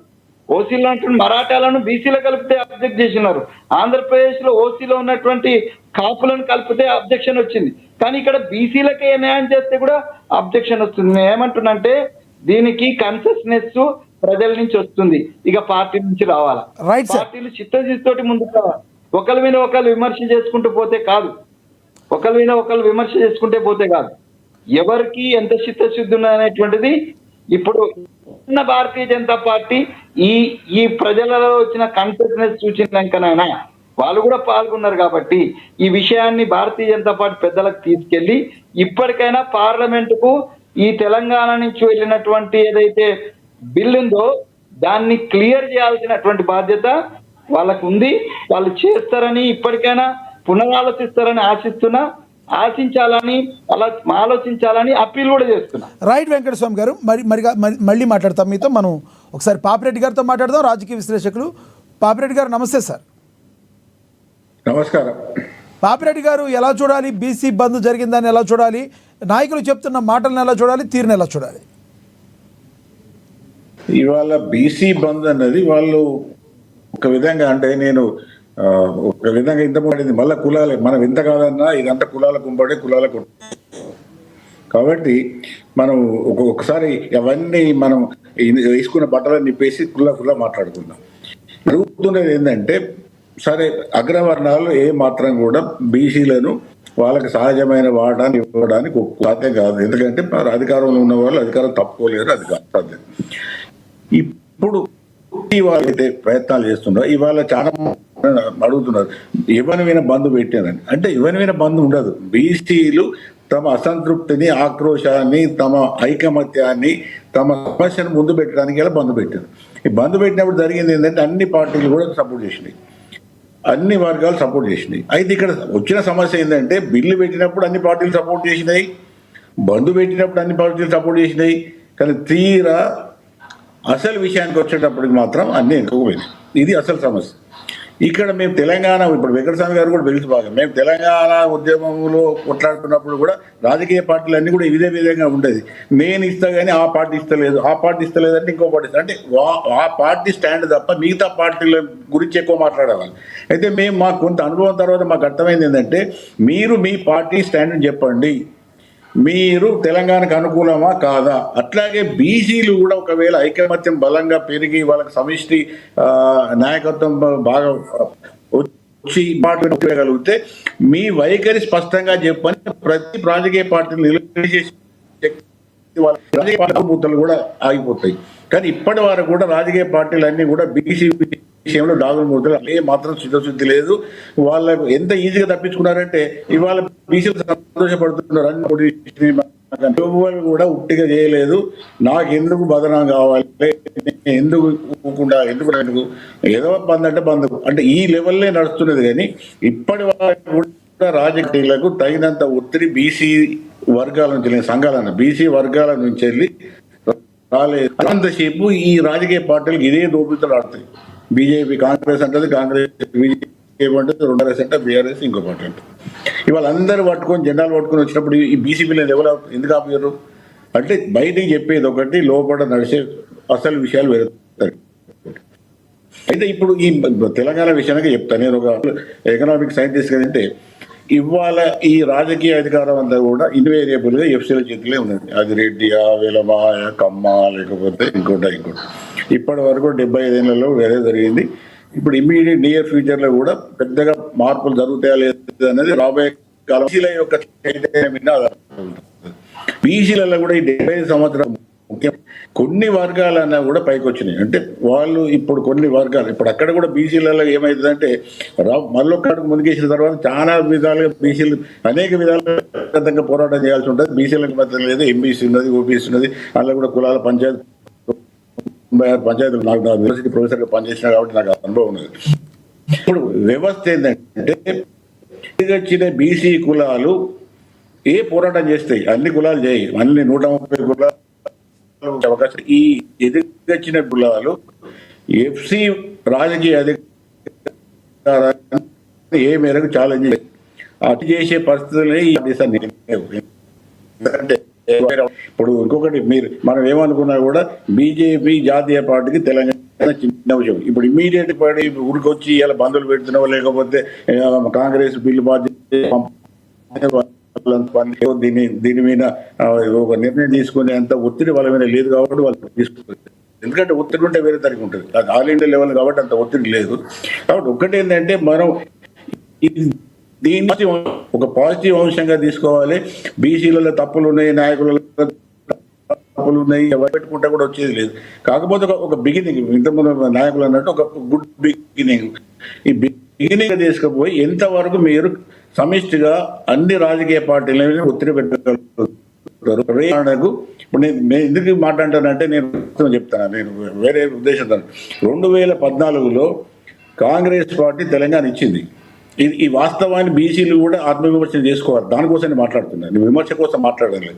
2014లో బీసీ కాంగ్రెస్ పార్టీ తెలంగాణ ఇచ్చిన తర్వాత బీసీలంతా కూడా ఇక్కడ 70 నుంచి 80% మంది బడుగు బలైన బీసీలను ఇస్తే మేము కాంగ్రెస్ పార్టీని గెలిపిస్తాం, అధికారాన్ని ఇస్తామని సోనియా గాంధీ దగ్గర హామీ ఇచ్చి వచ్చి పొన్నాల లక్ష్మయ్య గారు పిసిసి ప్రెసిడెంట్ అయ్యిండు. నాకు ఎదుర్కొన్న మటుకు 33 ఇచ్చడం తెలంగాణ పేరు మీద కాంగ్రెస్ పార్టీ ఇచ్చింది. కానీ దురదృష్టవశాత్తు ఒక్క బీసీ కూడా నిలవలేదు. పొన్నాల లక్ష్మయ్య కూడా ఓడిపోయాడు. ఎందుకు నిజంగా మీకు సిద్ధసిద్ధి ఉంటే బీసీ నాయకులకు మేము ఎక్కడ జరుగుతున్నది, అసలు ఏం జరుగుతున్నది, ఎఫ్సీలు ఎందుకు ఇంత నిరంతరంగా రాజకీయ అధికారం ఎందుకు అనుభవిస్తున్నారు, చెల్లిస్తున్నారు, ఎందుకు? నేను 1975లో మా వరంగల్లో గోడల మీద చూసిన కాకతీయ యూనివర్సిటీ రాసినాను, ఓట్ల అధికారం మీద అంటే నేను 75 చూసిన 75 అంటే ఇప్పటికి 50 అయింది. గదే స్లోగన్ మళ్ళీ ఓట్లు మాది అధికారం మీది. ఇప్పుడు ఎందుకు జరుగుతున్నది నిజంగానే అంటే ఇవన్నీ కూడా మీరు ఉట్టిగా మాట్లాడితే కావు. ఇవన్నీ నేను నక్సలైట్ పార్టీ నుంచి అక్కడి నుంచి అన్ని చూసుకుంటూ వస్తున్నా. ఊరిగా మామూలుగా మాట్లాడి ఇవి ఏదో ఎందుకంటే బీసీ కులగణన లెక్కలు ఇవి చాలా సులభమైనవి. అసలు విషయం రాజ్యాధికారం చాలా బలమైంది, చాలా గట్టిది. అంత ఈజీగా ఉట్టి లెక్కలతో చెప్తే వచ్చేది కాదు. ఎందుకు నేను ఈ మాట అంటున్నానంటే దేశంలో లేని వాళ్ళు 80% ఉన్నారు. 80% మంది పాటు పెట్టుకుని గెలుతారా? అసలు అవకాశం లేదు. కాబట్టి ఈ నెంబర్ గేమ్ ఒకటే దాంతో మీరు డిపెండ్ అయ్యి నెంబర్ గేమ్తో మీరు గెలవలేరు. ఎందుకంటే నెంబర్ గేమ్ అంటే ఇప్పటికి ఎన్నడూ బీసీల అధికారంలో వచ్చేది. కాబట్టి ఆ నెంబర్ గేమ్ అనేది పదే అది మీకు అనుకూలంగా నడుస్తలేదు. కాబట్టి ఇప్పుడు ఆ నెంబర్ గేమ్ని ఏ విధంగా మీరు దాన్ని ఒక ఐకమత్యం చేస్తారు. ఇప్పుడు నేను చెప్తాను, ఇప్పుడు మీకు బీసీలలో కూడా నేను మా యూనివర్సిటీ పాలసీ చెప్తాను. దర్యాప్తు ABCD ఇప్పుడు అయింది. ఈ 4 బీసీ వర్గాలు చేశారు. బీసీ వర్గాలలో సీట్ల రిజర్వేషన్ ఉన్నది, జాబ్ రిజర్వేషన్ ఉన్నది. ఈ 2 రిజర్వేషన్లలో చూస్తే ఏ తక్కువ కులాలు ఉంటాయి? మేజర్గా ఉన్నది B అండ్ D. బిలో కొన్ని బలమైన కులాలు ఉన్నాయి, బీసీ కులాలు. Dలో బలమైన కులాలు ఉన్నాయి. కానీ మొత్తమైన ఈ B group D group Venkataswamy గారు కూడా తెలిసి రాజకీయ మొత్తం టీచర్స్ లో ఎక్కువ మంది ఎంప్లాయీస్ ఉన్న ఎవరు ఏ కుల పాపిరెడ్డి గారు ఒక్క నిమిషం ఆగండి లక్ష్మీనాథ్ గారు ఒక్క నిమిషం నాకు చెప్పండి. బీసీలలో పద్మశాలీస్ కనబడతారు. ఆ గ్రూపులో సగం మంది వాళ్ళే ఉంటారు. D గ్రూపులో 300 కాపు ఉంటారు. మిగతా కులాలకు సగం కూడా రావు. అంటే ఇవి వాస్తవాలు. రిజర్వేషన్స్ అనేది ఒక సమస్య. రిజర్వేషన్స్ వచ్చిన తర్వాత మళ్ళీ ఏమి సమస్యలు అనేవి అన్నీ ఉంటాయి. కాబట్టి ఇవన్నీ కూడా బీసీ నాయకత్వం ఒక ఉమ్మడి నాయకత్వంగా సాధక బాధకాలు మంచి దశలు అన్ని చూసి ముందుకు పోవాలి. చెప్పండి లక్ష్మీనాథ్ గారు. పాపిరెడ్డి గారు, ఇక్కడ ప్రధానంగా ఏంటంటే ఒక ఎమ్మెల్యే సీట్ ఇచ్చేటప్పుడు లేదంటే రాజకీయంగా ఎదుగుదలకో కులాలను బట్టి జనరల్ అని బీసీ అని ఇలా చూస్తున్నారు. ఎందుకు ముఖ్యమంత్రి పదవికి వచ్చేటప్పటికి మరి ఈ టర్ను ఓసీకి ఇచ్చాం కాబట్టి ఈ టర్ను బీసీకి ఇవ్వాలని ఎందుకు తీసుకురాకపోతున్నారు? అక్కడ దాకా తీసుకెళ్ళిన వాళ్ళు ముఖ్యమంత్రిని ఈ రకంగా బీసీకి ఒకసారి, ఎస్సీకి ఒకసారి, జనరల్కి ఒకసారి అవకాశం కల్పిస్తే అందరికీ రాజ్యాధికారం వస్తుంది కదా. ఏం జరుగుతుందంటారు అసలు? లక్ష్మీనాథ్ గారు, ఈ విషయం మీరు నేను ఇక్కడ ఉన్న అనుకుంటా అసలు రోజులు మాట్లాడుకుంటారు దీని గురించి. బీసీలకు ఎందుకు ఇస్తారా ఎఫ్సీలు అధికారం? ఈ పిచ్చి ఆలోచనలు కానీ లక్ష్మీనాథ్ గారు దేనికి ఇస్తారు? వాళ్ళు ఎందుకు ఇస్తారు చెప్పి నేను మొండిగా అడుగుతాను. ఎవరు ఎందుకు ఇస్తారు? వాళ్ళ అధికారం ఎంజాయ్ చేస్తారు కాబట్టి మీకు ఎందుకు ఇస్తారా? మీకు గుంజుకొని మీ చేతనైతే గుంజుకోవడం తప్ప ఇంకోటి మార్గం ఉండదు. మీకు చేతనైతే గుంజుకొని వాళ్ళని అధికారం దించిపారేసి మీరు అదే జరుగుతుంది. ఇప్పుడు కాదు 5 ఏళ్ళ 10 ఏళ్ళ ఆ ట్రెండ్ పోతుంది, ఆ ధోరణి పోతుంది. కాకపోతే టైం ఎంత పడుతుంది నాకు తెలియదు, కానీ వస్తుంది, అధికారం వస్తుంది, రాదని కాదు. కానీ అధికారం అనేది పై వర్గాలు ఇస్తే వచ్చేది కాదు. కింది వాళ్ళు గుంజుకుంటే తప్ప, యుద్ధం చేసి గుంజుకుంటే తప్ప వచ్చేది కాదు. అది యుద్ధం చేయాల్సిందే. ఆ యుద్ధం చేసేటప్పుడు ఈ బీసీ నాయకత్వానికి 2 ముఖ్యమైన బాధ్యతలు ఉన్నాయి. బీసీలలో ఉన్న అనేకమైన కింది జాతులు ఉన్నాయి. ఇప్పుడు మేజర్గా అనేది ఎంబీసీ అయినా ఈ 5 కులాలైనా అన్నది బీసీలలో కింది కులాలు కూడా ఎంబీసీ వాళ్ళు క్వశ్చన్ చేస్తున్నారు. అది కూడా పేపర్లో పడుతుంది, వాళ్ళు కూడా బయటకు వచ్చి అడుగుతున్నారు. కాబట్టి బీసీ నాయకత్వం ఒక ఎన్లైటెడ్ నాయకత్వం ఉండి బీసీలను అందరినీ కలుపుకపోతాం, సాధ్యమైనంత వరకు అందరినీ కూడా మేము మా గూడు కింద తీసుకొస్తాం. మళ్ళీ ఇప్పుడు ఇంకోటి కూడా ఏమవుతుందంటే, ఇప్పుడు వీళ్ళు ఓబీసీలు లేదా ఎంబీసీలు ఎక్కువ మాట్లాడితే ఎఫ్సీలు చేసే పని ఏంటంటే ఆ కింది ఎంబీసీలను మళ్ళీ పెట్టుకుంటారు, మళ్ళీ వీళ్ళను డివైడ్ చేస్తారు, అనేక రకాల కొంటారు, అమ్ముతారు, రకరకాలుగా ఉంటాయి. ఇవన్నీ ఏదో ఉట్టిగా మామూలుగా పోదు. ఇవన్నీ తట్టుకోవాలంటే బీసీ నాయకత్వం ఒక మంచి నాయకత్వం, బలమైన నాయకత్వం, చిన్న చిన్న విషయాలు కింద పడకుండా ఉండే నాయకత్వం వచ్చి తీసుకపోతే తప్ప అది రాదు, మామూలుగా వచ్చే అవకాశం. రైట్ సార్, కంక్లూడ్ చేయండి సార్. చివరిగా ఏం చెప్తారు సబ్జెక్ట్ మీద? కంక్లూడ్ చేయండి. ఇప్పుడు నేను ఒకటే చెప్పేది ఏంటంటే, ఇవి జరుగుతున్న పరిణామాలన్నీ బీసీలకు మంచిగానే అనుకోవాలి. కానీ ఇవి జరుగుతున్నాయి మాత్రం మాత్రం సరిపోవు. అది ఇంకా చాలా ముందుకు పోవాలి. చాలా, ఎందుకంటే దేశం చాలా పెద్దది, అనేకమైన ఏది జాతులు, వైరుధ్యాలు, రకరకాల సమస్యలు ఉన్నాయి కాబట్టి అవన్నిటిని ఒక దగ్గర తీసుకుపోయి, ఎందుకంటే ఈ మాట ఎందుకంటే యూపీ ఎక్స్పెరిమెంటే ఫెయిల్ అయింది. యూపీ బీహార్ ఎక్స్పెరిమెంట్ ఫెయిల్ కావద్దు. ఎందుకంటే వాళ్ళు సొంతంగా అధికారంకి వచ్చారు. ఎస్పీ పార్టీ పేరు మీద బీసీలు వచ్చారు, బీఎస్పీ పార్టీ పేరు మీద ఎస్సీలు వచ్చారు, అక్కడ పక్కన ఉన్న బీహార్లో కూడా ఆర్జేడీ పేరు మీద బీసీలు వచ్చారు. కానీ అక్కడ అంత వచ్చిన తర్వాత కూడా నిలదొక్కుకోపోయారు. ఎందుకు నిలదొక్కుకోపోయారు? కింద నుంచి ఒకసారి అధికారం వచ్చిన తర్వాత మళ్ళీ పోవద్దు. అక్కడ ఏం జరిగింది ఇవన్నీ కూడా వీళ్ళు సమీక్షించుకొని ముందు పోతుంది తప్ప ఇది పోదు. మామూలుగా చూపడం, ఆవేశాలు ఇవన్నీ కూడా ఇవాళ ఉంటుంది, రేపు మళ్ళీ మర్చిపోతారు, ఎల్లుండి పోతారు. కాబట్టి అట్లా కాకుండా తెలంగాణ ఉద్యమం గురించి నుంచి కూడా ఈ బీసీ నాయకత్వం చాలా గుణపాఠాలు నేర్చుకుంటే కొంత పనికి వస్తుంది. Right sir. రామ్మోహన్ గారు, 200 సంవత్సరాలు బ్రిటిష్ వాళ్ళ చేతుల్లో మనం కబందాస్తాల్లోకి ఇరుక్కున్నప్పుడు ఒకళ్ళ మీద ఒకడ గిట్టక, ఒకళ్ళ గిట్టక రకరకాలుగా ఉండి బ్రిటిష్ వాళ్ళ చేతుల్లో పెట్టాం. అంటే నేను ఒకళ్ళతో పోలుస్తున్నానని కాదు, కానీ ఎవరైతే వేరే జాతుల వాళ్ళు కూడా రాజ్యాధికారం చేపట్టాలన్నప్పుడు సొంత లాభం కొంత మానుకోవాలి, సొంత లాభాన్ని అనే నానుడిని వీళ్ళు ఎప్పుడు తెలుసుకుంటారంటారు? అప్పుడు మాత్రమే కదా రాజ్యాధికారాన్ని సాధించేది, కాదంటారా? కంక్లూడ్ చేయండి. మంచి కంక్లూజన్ ఇచ్చింది లక్ష్మణ్ గారు. దోనో లడైతో తీనో ఒక ఫైదా హోదాని సామర్థ్యం కదా. ఏమవుతుందంటే నేను ఒక్కటే చెప్తున్నాను, కన్న తల్లి దయమైనాక తొట్లకట్ట దిక్కేవాడు. వీళ్ళు రాజకీయ పార్టీల మీద తమ రాజకీయ పార్టీల మీద మొదలు అంతర్గతంగా పోరాటం చేయమంటున్నాను నేను. నా ఉద్దేశం అది. ఎందుకంటే కాంగ్రెస్ పార్టీ మీద వెంకటస్వామి గారు పోరాటం చేస్తున్నాడు. కాంగ్రెస్ పార్టీ తప్పు చేస్తుంది, మా రేవంత్ రెడ్డి తప్పు చేసిండు, రెడ్లదే అధికారం అన్నాడు, రెడ్లు ఎదగాలన్నాడు, ఎన్నడైనా మనమే 10 ఎకరాలు కొనుక్కోవాలన్నాడు. ఇది తప్పని చెప్పండి మీరే.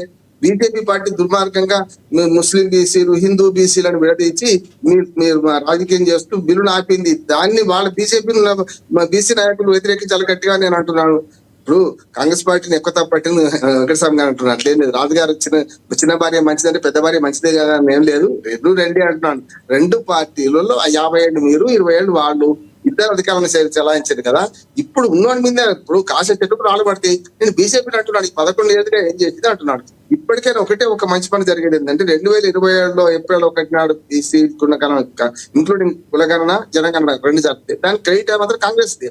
వాళ్ళ నిన్నటిదాకా కబీనై మేము చెయ్యము అన్నవాడు వాళ్ళు మోడీ దిగి వచ్చేయమంటున్నాడు. రేపటి జనగణనలో కులగణన చేస్తా అన్నాడు కదా, అది విజయం మీదే అంటున్నాను నేను. రెండోది కూడా చెప్తున్నాను, ఇప్పటిదాకా మీరు చేయలేని పాపం మీదే కావచ్చు, కానీ ఇప్పుడు చేస్తా అనడానికి ఒప్పించిన క్రెడిట్ మీదే అంటున్నాను.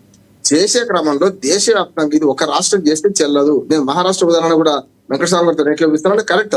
ఎందుకంటే కొందరిని మరాఠీలను కలపడం దాని వల్ల పోయింది. ఈ మిగతా అట్లా కాదు కదా. నేను స్పష్టంగా చెప్తున్నా, 50% అనేది లక్ష్మణ రేఖ గీసింది సుప్రీంకోర్టు మాత్రమే.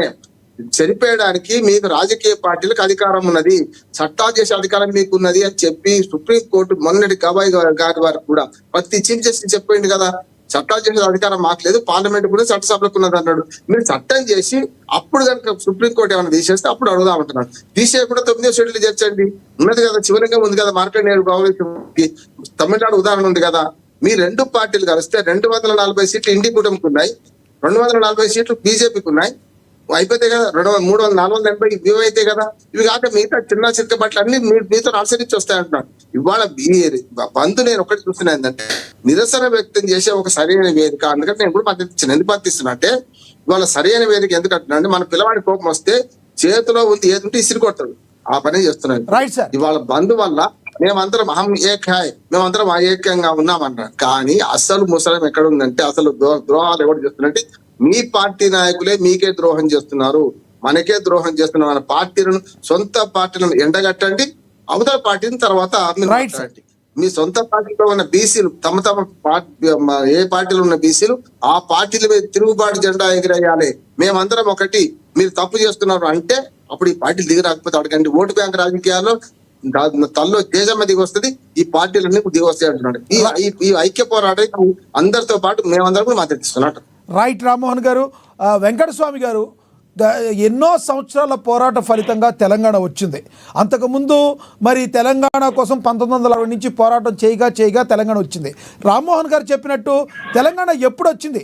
పార్టీలకు అతీతంగా సొంత పార్టీలో సైతం వ్యతిరేక బావుట ఎగిరేసినప్పుడు కానీ అప్పుడు కానీ రావడానికి జరిగింది. అదేవిధంగా బీసీలో కూడా బీసీ నాయకుల్లో ప్రధానంగా ఐక్యత ఉన్నప్పుడే బీసీలకి రాజ్యాధికారం వచ్చుద్దని మీరు అనుకుంటున్నారా? డెఫినెట్లీ అండి. ఇప్పుడు నేను పాపిరెడ్డి గారికి, రామ్మోహన్ గారికి వారు ఇచ్చిన సలహాకు నేను పాపిరెడ్డి గారు ఒక మంచి మాట చెప్పినారు. తెలంగాణ కూడా గుంజుకుంటూనే వచ్చింది, ఏదో దయ తెలిసి ఉట్టిగానే రాలా. ఆయన పాపిరెడ్డి గారు ప్రొఫెసర్గా ఉండి, నేను లెక్చరర్గా ఉండి మేము ఉద్యోగాలకు రాజీనామాలు చేస్తామని ముందుకు వచ్చి దాన్ని మనం పెట్టి కొట్లాడినాం కాబట్టి ప్రాణాలకు తెగించినటువంటి వందల మంది విద్యార్థులు, యువకులు చచ్చిపోయింది కాబట్టి వచ్చింది. ఇప్పుడు ఇది ఎంతకన్నా పెద్ద పోరాటం అండి. అదేమో ఒక తెలంగాణ సపరేట్ వచ్చినాక కూడా మా అధికారం ఉంటుంది అనేటువంటి విశ్వాసం పాపిరెడ్డి గారికి ఉన్నట్టుగా, పాపిరెడ్డి గారు చెప్పినట్టుగా ఓసీలకు ఉండింది కాబట్టి ఇచ్చినారు. కానీ అక్కడ కూడా మ్యాక్సిమం అడ్డుకోవడానికి ప్రయత్నం చేసిన వాళ్ళు కూడా ఉన్నారు. సో ఈ తెలంగాణ ఉద్యమ స్ఫూర్తినే ఇలా మొత్తం దేశంలో కావచ్చు, ఇక్కడ కావచ్చు, ఆ స్ఫూర్తినే మనం పుణికిపుచ్చుకోవాల్సిన అవసరం ఉంటుంది. డెఫినెట్గా ఇది బిగినింగ్. డెఫినెట్గా ఇవాళ ఇచ్చినటువంటి ఒక కాజ్, ఇవాళ ఇచ్చినటువంటి ఒక బంద్ ఏదైతున్నదో ఒక కన్సిస్టెన్స్ కనిపించింది. అయితే పాపిరెడ్డి గారికి, నాకు, రామ్మోహన్ గారికి ముగ్గురికి కూడా తెలంగాణ ఉద్యమంలో ఎన్ని ఒడిదొడుకులు ఉన్నాయో, ఎవడు పైకి పోతుంటే ఎవడు కాలు గుంజిండో మేమంతా చూసినాం. కాబట్టి ఇవాళ వీళ్ళ కూడా ఉంటాయి, ఎంతకంటే ఎక్కువ ఉంటాయి. ఇందులో ఇంకా ఎక్కువ అవకాశాలు ఉన్నాయి. అప్పుడంతా తెలంగాణ ప్రజలంతా ఒకే కంఠంతో ఉంటుంది కాబట్టి ఒక ఈజీ అయింది. కానీ ఇక్కడ మీరు అన్నట్టుగా పాపిరెడ్డి గారు అన్నట్టుగా ఎంబీసీలని, ఓబీసీలని ఈ కులాల మధ్యనే చిచ్చు పెట్టి మళ్ళీ పబ్బం కట్టుకునేటువంటి ప్రయత్నము అధికార దాంట్లో ఉన్నటువంటి ఆధిపత్య కులాలు నడిపిస్తాయి. అవి నడిపిస్తేనే కూడా అక్కడి నుంచి కూడా మద్దతు ఇచ్చేటువంటి వాళ్ళు ఇవాళ పాపిరెడ్డి గారు కావచ్చు, రామ్మోహన్ కావచ్చు, ఇద్దరు కూడా మరి ఆధిపత్య కులాల బిడ్డలే. కానీ వాళ్ళు రాజ్యాంగబద్ధంగా న్యాయం జరగాలనే మాట మాట్లాడుతున్నారు. ఇట్లాంటి వాళ్ళు చాలా మంది ఉన్నారు కాబట్టి డెఫినెట్ గా ఈ ఉద్యమానికి వాళ్ళ వినోదాన్ని కూడా ఉంటది. రాజ్యాంగం కూడా అవకాశం కల్పిస్తుంది. కోర్టులు కూడా వెసులుబాటు మీరు చేసుకోండి, ఒక చట్టం చేసుకొని మా దగ్గర రండి, చట్టం పరిధిలో ఉందా లేదా మేము చూస్తాము. చట్టము రాజ్యాంగ పరిధిలో లేకపోతే మేము సమీక్షిస్తాం, కానీ రాజ్యాంగ పరిధిలో ఉంటే మిమ్మల్ని ఆపమని చెప్తున్నారు. కాబట్టి అన్ని శకునాలు అంటే అంగట్లో అన్ని ఉన్నా అన్నిట్లో శని ఉన్నట్టుగా ఇవాళ అందరు సరిగ్గా ఉన్నారు, కానీ అన్ని సానుకూలంగానే ఉన్నాయి అన్ని వ్యవస్థలు. కానీ రాజకీయ పక్షాలకు చిత్తశుద్ధి లేదనేది చాలా స్పష్టము. అది జాతీయ పక్షాలే చేయాలి. మా పక్షము కూడా అందులో ఉన్నది. మా పక్షం నుంచి అయితే మేము కొట్లాడుతున్నాం. నేను ఇవాళ పొద్దున మాట్లాడుతున్నప్పుడు మా శ్రీనివాస్ అన్న, నువ్వు కొద్దిగా ఏదో రేవంత్ రెడ్డి గారా లేకపోతే నేను అంటే ముఖ్యమంత్రి వారే కాబట్టి వారి పేరు తీసుకోవాల్సి వచ్చింది. ఆయన ఎవరో బ్యూటిమెట్ల బాలరాజు అంటే వెంకటస్వామి అన్నకి చిత్తశుద్ధి ఉండొచ్చు, మీకు ఉండొచ్చు, కానీ రేవంత్ రెడ్డికి లేదనేటువంటిది ఒక పాట పాడుతుంది. దానికి నేనేం చెప్పినట్టు సమాధానము, రేవంత్ రెడ్డి గారి వ్యక్తిగత నిర్ణయం కాదు, ఇది కాంగ్రెస్ పార్టీ పాలసీ డిసిషన్. ఒకళ్ళు ఇప్పుడు కిరణ్ కుమార్ రెడ్డి ససేమ్రే తెలంగాణ అన్నాడు, తీసిపడదొప్పి తెలంగాణ ఇచ్చిందా లేదా కాంగ్రెస్ పార్టీ? అట్లాగే రేపు రేవంత్ రెడ్డి గారు కనుక చిత్తశుద్ధి లేక అడ్డుపడితే, దీన్ని ఏదైనా మెలక పెడితే రేవంత్ రెడ్డిని పక్కన పెడతారు, కత్యంకర్ని పక్కన పెడతారు, కాంగ్రెస్ పార్టీ పాలసీ ప్రకారం ముందుకెళ్తారు. ఆ ఒత్తిడిని బీసీ ఐక్యంగా మళ్ళీ వీళ్ళు తనుకోకుండా పాపిరెడ్డి గారు చాలా స్పష్టంగా చెప్పినారు. చిన్న అంశాల కోసం అమ్ముడుపోతారు బీసీలు. పాపిరెడ్డి గారు నాకు కంగ్రాట్ చెప్పినారు. ఆ మాట లేదు అప్పుడు, నేను బీసీ బిడ్డగా అంటున్నా. చిన్న నేనే ఎగ్జాంపుల్, యాంకర్ గారు నేనే ఎగ్జాంపుల్. ముగ్గురు రెడ్ల మధ్యన నేను అవలీలా గెలవాల. నేను 2014 కాంగ్రెస్ పార్టీ అమ్మ సోనియా గాంధీ పిలిచి నాకు నర్సంపేట టికెట్ ఇస్తే మా పాపిరెడ్డి గారు అందరు ఖుషి అయిపోయినారు. మా పిల్లాడు గెలుస్తున్నాడు, వీడు ఎమ్మెల్యే అయిపోతున్నాడు అని కాంగ్రెస్ చెప్పేసి ముందట. మా వినయ్ భాస్కర్ కూడా ఫోన్ చేసి, అన్న నేను గెలుతున్నా నువ్వైతే గెలుస్తావు అన్నారు. గమ్మత్ ఏంటంటే దారుణంగా ఓడిపోయినా నేను. ముగ్గురు రెడ్లే, ఒక ఇండిపెండెంట్, ఇద్దరు పార్టీలు, నేను కాంగ్రెస్ పార్టీ. నేను దారుణంగా ఓడిపోయినా, 80% ఓట్ల దగ్గర ఓడిపోయినా. అంటే ఇది బీసీల అనైక్యతను సూచించేది. ఉట్టిగే తీసుకుంటే అంటే మనం ఐక్యత లేకుండా ఎదుటి వారి మీద తీసుకోవడం కాకుండా మనవాడు ఆత్మహత్య చేసుకోవాల్సినటువంటి బాధ్యత డెఫినెట్ గా మా బీసీ బిడ్డల మీద ఉన్నదని, బీసీ వర్గాల మీద ఉన్నదని పెద్దలు చెప్పిన అంత అంగీకరిస్తూ నేను అయితే డైరెక్ట్ గా చెప్తున్నా, చిన్న విషయాలకు మన అమ్ముకోకండి. ఒక greater interest of the society, అందరం ఒక్కదైదా. మీరు ఒక మాట అన్నారు, వ్యక్తిగతమైనటువంటి కొంత స్వలాభాన్ని వదిలిపెట్టి త్యాగం చేసి తెలంగాణ ఉద్యోగులు ఎంతమంది త్యాగం చేశారు, ప్రాణాలే త్యాగం చేసినారు. ఇక్కడ కూడా అట్లాంటి త్యాగాలు జరగాలి, ముందుకెళ్లాలి. వ్యక్తిగతమైనటువంటి శస్యభిషలు లేకుండా, స్వార్థాలు లేకుండా ఒక కంబైన్డ్ ఉద్యమాన్ని నడిపి కేంద్రంలో ఉన్నటువంటి ప్రభుత్వాల మీద లేకపోతే పార్టీల మీద ఒత్తిడి తీసుకొచ్చి మనం దీన్ని సాధించుకుంటాం తప్ప వేరే మార్గం లేదు. పోరాటమే మార్గం అనేటువంటిది నేను ముందు నుంచి చెప్తున్నా, ఇవాళ కూడా దాన్ని దోహరిస్తున్నా, పెద్దలు కూడా అదే చెప్తున్నారు. రైట్ సార్, ధన్యవాదాలండి. చర్చలో పాల్గొన్నందుకు కత్తి వెంకటస్వామి గారు, ధన్యవాదాలండి. పాపిరెడ్డి గారు ధన్యవాదాలండి. శ్రీనివాస్ గౌడ్ గారు ధన్యవాదాలండి. రామ్మోహన్ గారు చర్చలో పాల్గొన్నందుకు. ఏది ఏమైనప్పటికీ కూడా ఇవాళ బీసీ బంద్ అయితే తెలంగాణ వ్యాప్తం మొత్తం జరిగింది. ఒక రకంగా చెప్పాలంటే సక్సెస్ అయిందని కూడా చెప్పుకోవచ్చు. కానీ రానున్న రోజుల్లో రాష్ట్ర రాజకీయాల్లో ఒక చర్చ అయితే జరగబోతుంది. ఇవాళ జరుగుతున్న బంద్ తర్వాత రాష్ట్ర ప్రభుత్వం వైపు నుంచి ఎలాంటి నిర్ణయాలు రాబోతున్నాయి, ప్రతిపక్ష బీసీ సంఘాలు ఎలాంటి వ్యూహాలు అమలు చేయబోతున్నాయో మనం వేచి చూడాలి. ఇది వాళ్ళ స్పెషల్ డిబేట్. చూస్తూనే ఉండండి ఏఎన్ఎన్. నమస్తే.